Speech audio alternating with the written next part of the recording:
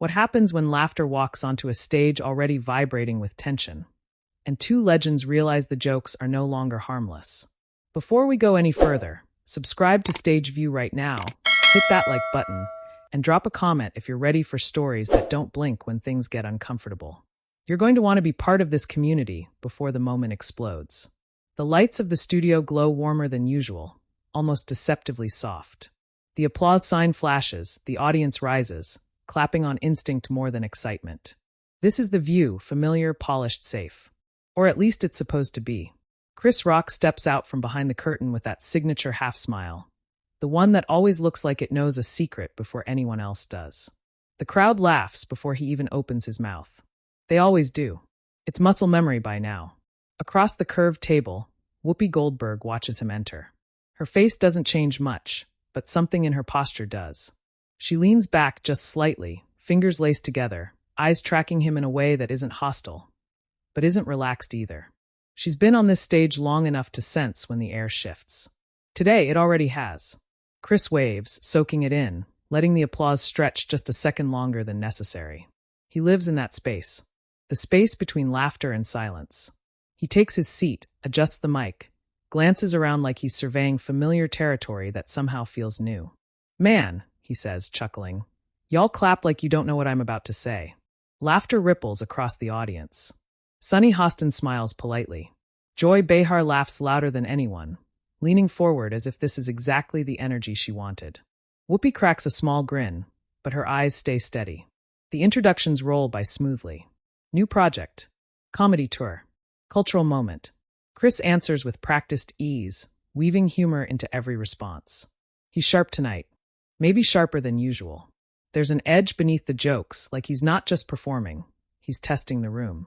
And you know, Chris says at one point, leaning back in his chair, "People always say comedy's supposed to make folks comfortable. I think that's backwards. Comedy's supposed to make you squirm a little." The audience laughs again, but this time it's thinner. A few people glance at each other. Whoopi tilts her head. "Squirming can be useful," she says calmly. "Depends on why you're squirming." Chris smiles, nodding. "Exactly. There's a pause. It's brief but noticeable. The kind of pause that stretches because no one rushes to fill it. Somewhere backstage, a producer shifts in their seat. The conversation moves on, but something has already been planted. Chris starts talking about public outrage, about how fast people turn from fans to critics. His words are smooth, but his tone tightens just a bit. "Feels like these days," he says, "everybody wants you to apologize for jokes they laughed at 10 years ago." Joy jumps in, joking about cancel culture. The audience laughs, relieved. But Whoopi doesn't. She watches Chris carefully now. "Accountability isn't cancellation," she says. "Sometimes it's just growth." Chris turns toward her fully for the first time. "Sure, but sometimes it's just folks being mad that the joke landed." The audience murmurs. A few claps, a few uncomfortable coughs. Whoopi's smile fades just a touch. And sometimes the joke lands on someone's neck. That line hits harder than anything said so far. The audience reacts instantly. An audible "ooh" sweeps the room. Chris blinks once. He wasn't expecting that phrasing. You can see it register. He chuckles, trying to keep it light. "Well, that's comedy. Somebody always feels it." Whoopi leans forward now.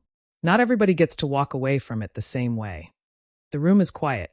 Dead quiet. The applause sign stays dark. Chris shifts in his chair. "You saying comedians gotta carry everybody's feelings?"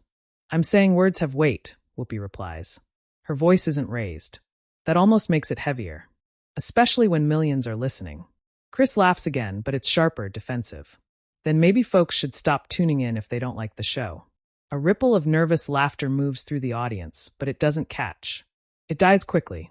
Sunny tries to redirect, asking about Chris's upcoming tour. He answers, but now his eyes keep flicking back to Whoopi. There's unfinished business sitting between them, unspoken but loud. As the segment continues, Chris grows bolder. He jokes about outrage, about celebrities being too sensitive, about how everyone wants to be offended first. Each punchline lands, but with diminishing returns. The laughter is still there, but it's fractured, uneven. Whoopi finally interrupts him mid-joke. "Let me ask you something," she says. "When people tell you they're hurt, do you ever listen?" The audience inhales collectively. Chris looks at her. Really looks this time. "I listen," he says slowly. I just don't let it shut me up. And that's where we're different, Whoopi says. Because I listen, and sometimes I shut up. Silence. Thick. Heavy. Chris leans forward. You think I should shut up? Whoopi doesn't blink. I think sometimes the loudest thing you can do is pause. The crowd erupts, not in applause, but in raw reaction. Gasps. Scattered clapping. Someone whistles. The producers are definitely panicking now. Chris exhales, shaking his head with a half smile that doesn't reach his eyes. See, this is what I'm talking about. Even here, even now, it's like, say less, Chris. Don't rock the boat. Whoopi's voice hardens just a notch. No one's telling you to be quiet. We're asking you to be responsible. The word hangs there. Responsible. Chris leans back, crosses his arms. Comedy ain't a classroom. And life isn't a punchline. Whoopi fires back. The audience reacts loudly now. Applause breaks out, stronger, divided. Some clap for Chris. Some for Whoopi. The room has chosen sides, and everyone knows it. Joy tries to laugh it off, tossing in a joke, but it barely lands. The tension has taken over the show. Chris looks out at the audience, then back at Whoopi. You know, he says, quieter now. I've been doing this a long time. I've been booed, praised, misunderstood. But I never thought I'd come on a talk show and feel like I'm on trial. Whoopi meets his gaze. And I never thought I'd still be explaining why words matter. Another beat. Another silence. The director's voice crackles faintly through the host's earpieces. Wrap it up. Move on. Please. Sunny finally steps in. We're going to take a quick break.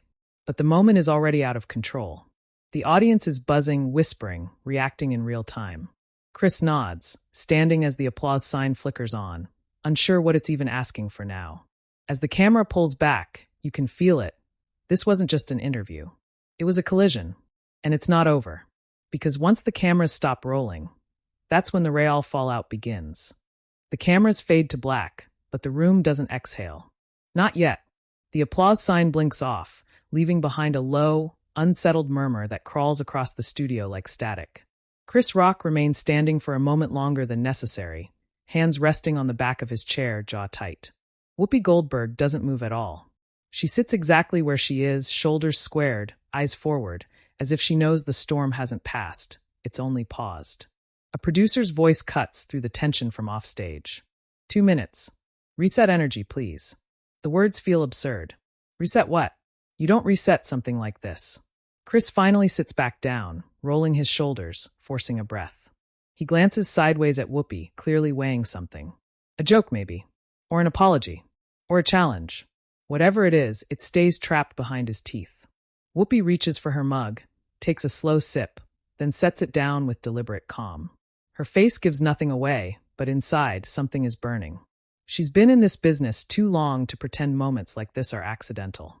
She knows when someone is pushing, and she knows when she's done letting it slide. Around them, the co-hosts whisper among themselves. Sunny adjusts her notes even though she doesn't need them. Joy leans toward Whoopi slightly, murmuring something under her breath. Whoopi nods once. Just once. Chris breaks the silence, low enough that only the table hears it. Didn't mean to make it heavy. Whoopi doesn't look at him. Funny thing, she replies quietly. Wait doesn't ask permission. He lets out a short laugh, half amused, half irritated. You always gotta make it sound like a sermon? Now she turns. Slowly. Her eyes lock onto his. And you always gotta make it sound like nothing matters? That lands harder than anything said on air. Chris's smile fades completely this time. For the first time since he walked out, he looks tired. The countdown begins. Fingers go up from the stage manager. 30 seconds. Chris straightens, slipping the performer mask back on like armor. All right, he mutters. Round 2. Whoopi watches him do it. She recognizes that mask. She's worn her own versions over the years. But today, she's not interested in costumes. The red light snaps back on. Applause sign flashes. The audience claps again, louder than before, charged with anticipation. They know something is off. They're waiting for the spark. Sunny smiles into the camera, professional, composed. And we're back. Chris jumps in almost immediately, before the rhythm can settle. You know, during the break, I was thinking, this is why people don't talk honestly anymore. Whoopi closes her eyes for half a second. Here we go. They get jumped, Chris continues, gesturing loosely. You say one thing, suddenly it's a whole lesson. Joy laughs nervously. Chris, but he's already rolling. I mean, look at me. I come here to have fun, crack a few jokes, and now I'm in a TED Talk about feelings. Some laughter. Uneven. Forced. Whoopi opens her eyes. You're not being jumped, she says evenly. You're being answered. Oof, someone in the audience mutters. It's loud enough to be heard. Chris shrugs. Feels the same. Because you're not listening, Whoopi replies. Now he turns fully toward her, abandoning the camera altogether. I am listening. I just don't agree. And that's fine, she says. But don't act shocked when people respond. Chris leans forward, elbows on the table. Let me ask you something, Whoopi. When you were coming up, did anybody protect your feelings? A ripple moves through the audience. This is personal now. Whoopi's expression tightens, but her voice stays controlled. No, they didn't. So why? And it hurt, she cuts in. And it shaped me. And some of it shouldn't have happened. Silence. Heavy, reverent. Chris blinks. That wasn't the answer he expected. She continues, quieter but firmer. We don't have to keep passing the same pain down just because we survived it. For a moment, Chris has nothing. The audience senses it, leaning forward collectively. This isn't a punchline. This is a reckoning. He exhales through his nose. Comedy comes from pain. Yes, Whoopi nods. But it doesn't have to cause more. The room feels smaller now. Intimate. Exposed. Chris shakes his head slowly. See, this is where we part ways. I think people are stronger than we give them credit for. And I think you underestimate how tired they are, Whoopi replies. Applause breaks out, loud, sustained. This time it's not divided. It's weighted. Chris waits for it to die down, then smiles tightly. Guess I'm the villain today. No, Whoopi says immediately. You're not. He looks surprised. Then what am I? She pauses. The kind of pause that carries decades in it. You're someone with a microphone who hasn't decided what to do with it yet. That hits like a punch to the chest. The audience gasps, then claps again, harder. Chris laughs, but there's no humor in it now. Damn, he mutters. You always gotta cut deep. I cut honest, she replies. The director is frantic now, signaling wrap again, but no one at the table is ready to let this go. The conversation has slipped its leash. Chris glances at the camera, then back at Whoopi. You think I don't care? I think you care, she says. I think you hide it behind jokes because that's how you survive. That one stings. You can see it in his eyes. The performer, the provocateur, suddenly stripped bare. The audience is silent again, hanging on every breath. Chris straightens, voice lower. Maybe, but jokes are what I got. And conversations are what we're having, Whoopi says. Whether you like it or not. Another beat. Another heavy silence. Finally, Chris nods. Once. Not agreement. Acknowledgement. Fair enough, he says. Sonny jumps in quickly, sensing the opening. Chris, we appreciate you being here. But the moment lingers, unresolved. Even as the segment winds down, even as applause returns and the cameras pull back, the tension doesn't dissolve. It follows them. As Chris stands to leave, he hesitates. He turns back to Whoopi, extends a hand. For a split second, the studio freezes. Whoopi looks at the hand, then at him. Then she takes it. The applause erupts, louder than anything before. But it's complicated applause. Relieved. Uneasy. Unsure what it means. Chris leans in slightly, voice too low for the mic, we good. Whoopi meets his eyes. We're talking. He nods, releases her hand, and walks off stage. The audience buzzes as the cameras cut away. Phones come out instantly. Tweets are already being typed. Clips are already being replayed in people's minds. Because what just happened wasn't a debate. It was a crack. The moment the cameras shut down for the final time, the studio erupts, not with applause, but with noise. Raw, overlapping, uncontrolled. Crew members speak all at once. Producers rush in from behind the curtains. Audience members stand, arguing with each other in whispers that feel louder than shouting. This is no longer television. This is aftermath. Chris Rock disappears down the hallway, jacket slung over his shoulder, jaw clenched so tight it looks like it might crack. A production assistant jogs beside him, murmuring something about press schedules and exits, but Chris barely hears it. His mind is still at the table, still locked in that moment where Whoopi Goldberg didn't laugh, where she didn't soften, where she saw through him. Behind him, the studio door swings shut, cutting off the noise, but not the weight. Inside the dressing room, Chris drops onto a couch, staring at the wall like it's replaying the conversation on a loop. The jokes he didn't tell. The lines that landed wrong. That one sentence. You're someone with a microphone who hasn't decided what to do with it yet. It echoes, relentless. He rubs his face with both hands. Damn, he mutters to no one. Damn. Meanwhile, back on set, Whoopi stays seated long after the audience has cleared. The table is empty now. Cups half full. Notes abandoned. The silence feels earned, but not peaceful. Joy approaches her carefully. You okay? Whoopi exhales slowly. I'm fine. Sunny tilts her head. You sure? Whoopi finally stands, rolling her shoulders as if she's been carrying something heavy. I'm tired, she says. Of pretending this stuff is theoretical. A producer steps in, voice cautious. That went bigger than we expected. Whoopi gives a tired half-smile. It always does. Within minutes, the clips are everywhere. Someone posts the handshake. Someone else posts the stare down. Another cuts the moment where the audience gasped, looping it with dramatic music. Twitter ignites first, then Instagram, then TikTok. The algorithm smells blood. Chris Rock checked on The View. Whoopi Goldberg yendies Chris Rock without raising her voice. Comedy versus accountability. Who won? The internet doesn't wait for context. It never does. Chris scrolls through his phone in the back of a car, watching the takes pile up. Some defend him fiercely. He's a comedian, not a counselor. Others are brutal. Out of touch. Arrogant. Still hasn't learned.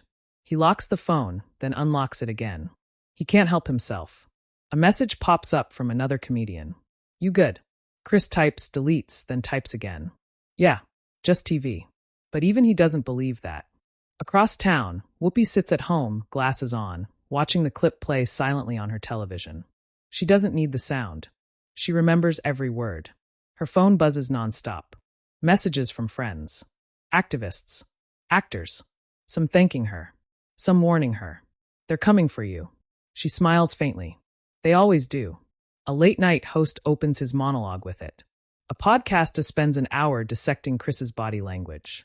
A think piece drops before midnight, framing the moment as a generational clash. Old-school comedy versus modern responsibility. Freedom versus impact. No one agrees. Everyone has an opinion. By morning, Chris's name is trending. So is Whoopi's. Side by side. Hashtags battling like rival flags. Chris sits at his kitchen table, coffee untouched, staring at the screen. He's been here before. Public scrutiny isn't new. But this feels different. This wasn't a stage he controlled. He didn't have the last laugh. And that bothers him more than he wants to admit. He opens his laptop, starts typing. A statement. Something sharp. Defensive. Honest. He stops halfway through. Deletes it. He leans back, eyes closing. Whoopi's voice echoes again. Sometimes the loudest thing you can do is pause. Across the city, Whoopi prepares for the next day's show. She knows the question is coming. She knows the audience will be split. She doesn't rehearse answers. She never has. When she walks onto the set the next morning, the applause is thunderous and tense.